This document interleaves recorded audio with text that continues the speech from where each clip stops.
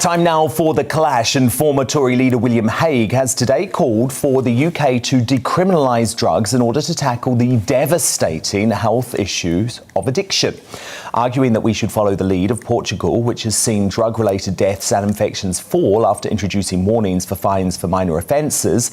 Hague wrote in The Times, at the top of the government, the need for fresh ideas is acknowledged, but putting growing evidence over long-established instincts still seems to be too much.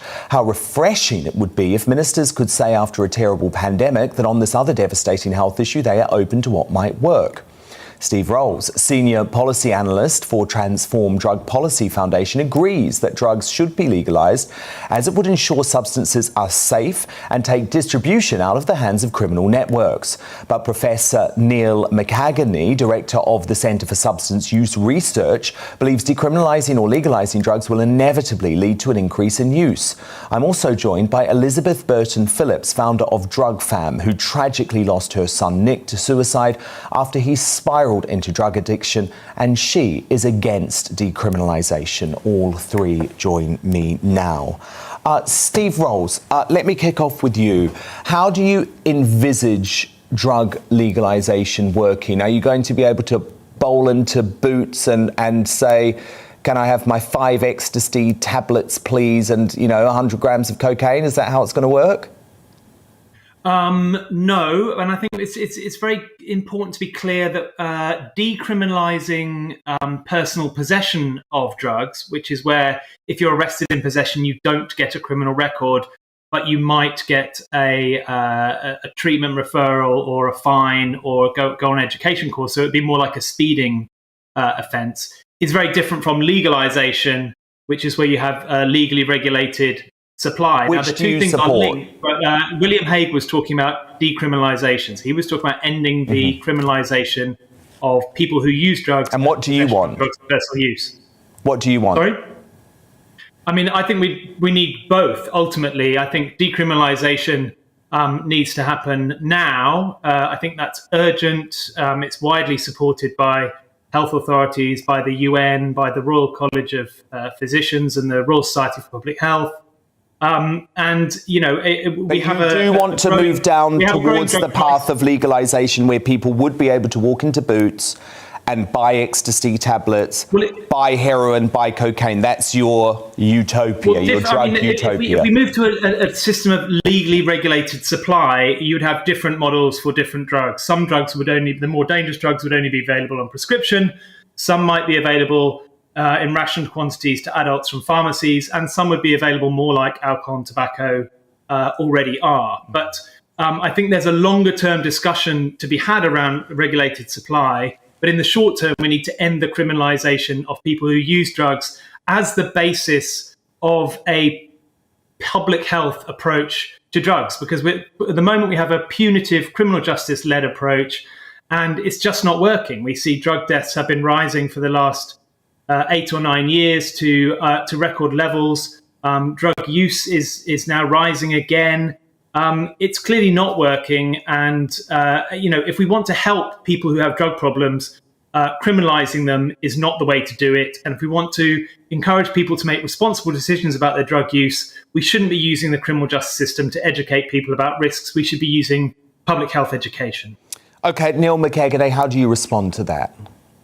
Well, I disagree with virtually everything that Steve has said there. I actually think drugs represents possibly one of the greatest threats to our society and communities and families.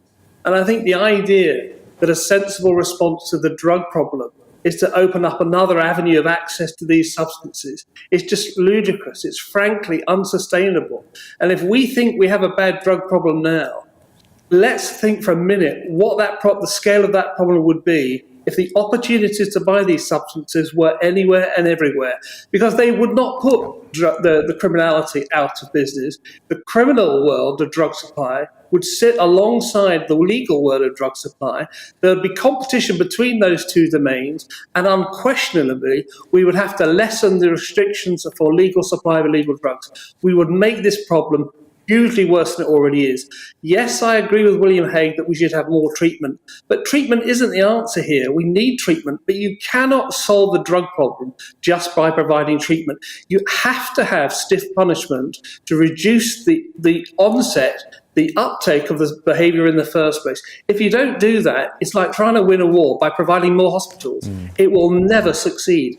You have to have vigorous policies against the initiation of drug abuse, and you have to provide effective treatment for those who've actually got into problems with their drug abuse. Elizabeth Burton Phillips, I just want to bring Elizabeth Burton Phillips in first, because of course this whole clash is deeply personal for so many people. And Elizabeth, yes, you lost your son Nick, and you believe he took his life because of spiralling drug addiction. Yes, sadly, he did die by suicide as a result of his addiction. It was 17 years ago. I'll be very honest with you, because of the desperately poorly state he was in, it was a blessed relief for him that he passed. When I visited him in the funeral home, they had done such an amazing job on him that the son that I remember before he became so poorly with addiction was at peace, and it was a memory that will stay with me forever. And hence we have Drug Fam now, which focuses on supporting families whose lives are impacted by drug use. And a lot of our family. It's so important what you do. But what I'm so fascinated about is you lost Nick because he was addicted to drugs, and that's in a system where drugs are, of course, illegal. So why don't you believe what Steve Rolls is saying, which is that actually if drugs were regulated and they were allowed to be legal, maybe the types of drug deaths like the death of your son could be avoided? Why is he wrong? I'm not arguing that you are wrong, because over the past 17 years, working with our families, we hear many families saying that they understand addiction to be a health issue, where others do not understand that at all. They can't cope and understand. So we, in a sense, remain neutral as a charity, but we hear the views of our families, and some would very much agree with what Steve is saying. What's your personal view as a mother? As a mother, I believe that in my heart, I'm with Neil. And I think you are going to have society really struggle to accept this. I can understand all about the health issues, but I just feel that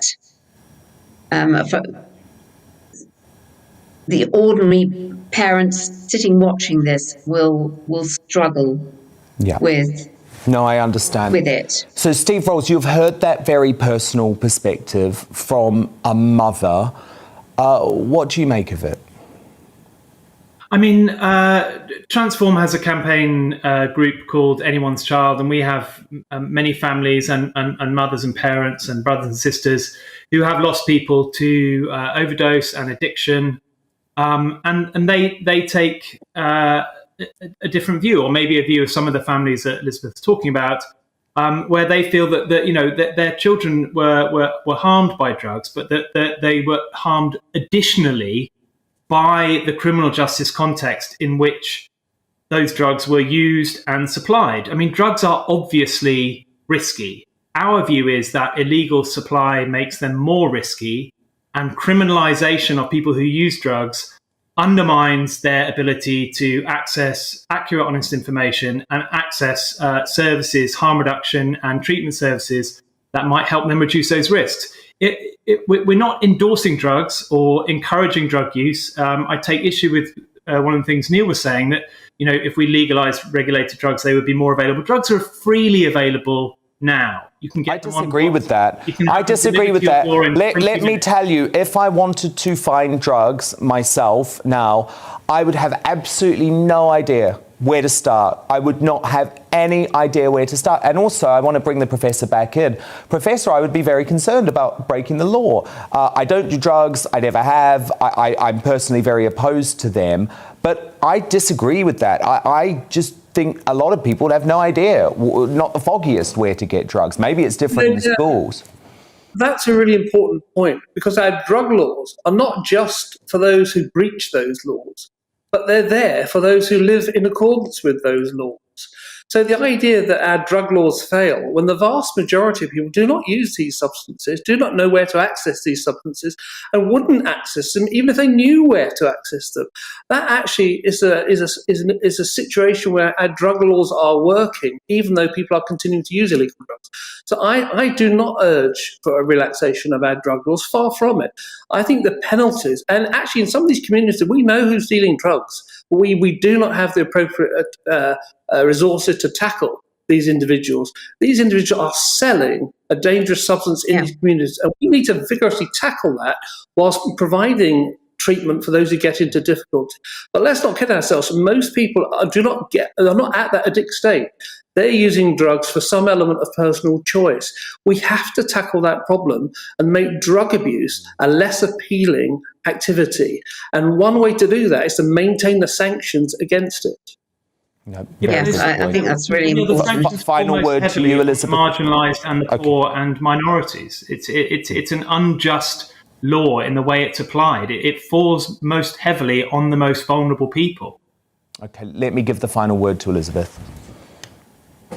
Well, I do know many people and anyone's child who've lost children, and I respect what they wish to achieve. But I think that we must remember the vulnerable young people that are drawn into county lines, that are, the drug dealers who are drawing our young people into addiction, and most importantly, the evidence-based research that social media, Instagram, Snapchat, and so on, are now being used as a means of drawing in our young. This evidence-based workforce have produced all these emojis that show how easy it is for children to be groomed and drawn into drug dealing. We've got evidence of 13-year-olds, 12-year-olds dying. It's a real issue, and the problem is, if you go down the path of legalising this thing, I think it's going to become even worse. That's not to say there isn't an issue now, but you legalise these things, the issue gets even bigger.